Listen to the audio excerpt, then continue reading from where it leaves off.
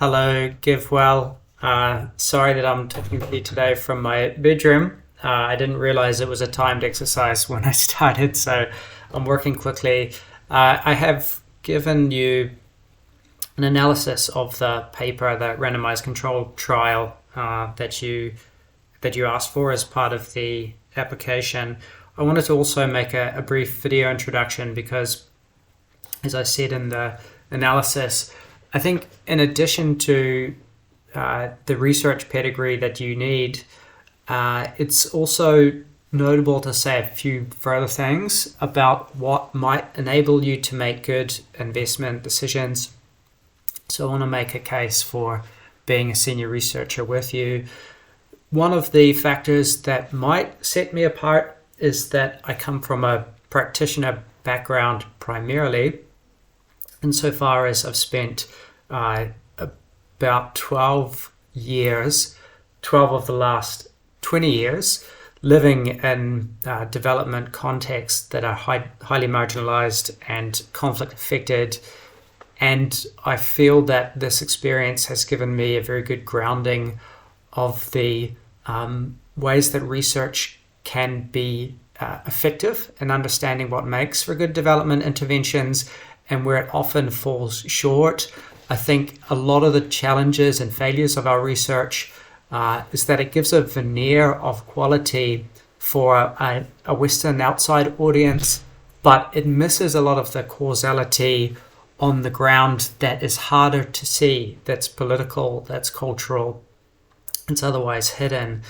And I can bring that practical experience to make sense of development interventions that seem to work and don't, and to ask a different set of questions.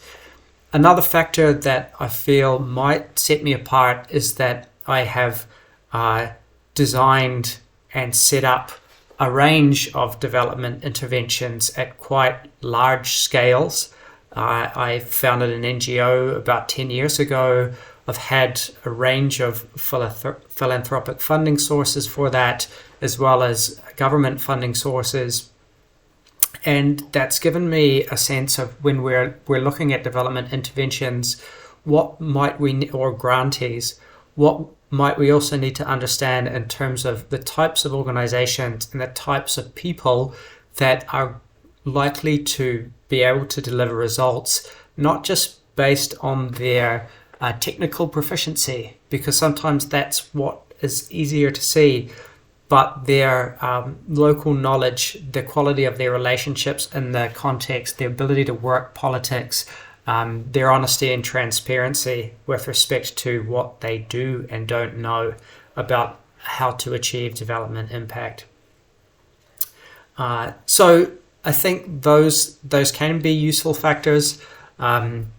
As you might see in my CV, I worked all throughout the system in the United Nations, for governments, for NGOs, for civil society organizations, for philanthropic donors, as well as for the own organization that I set up.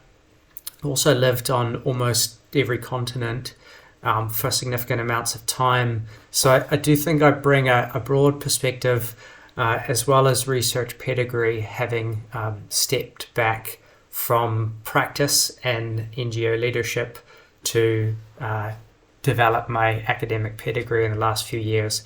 So thank you very much for the opportunity to apply. I'm not based on the west coast of the US, but I am quite mobile and quite flexible, and hopefully someone that you would enjoy and find beneficial to work with. Thank you for taking the time to consider this application. Sorry for my messy room.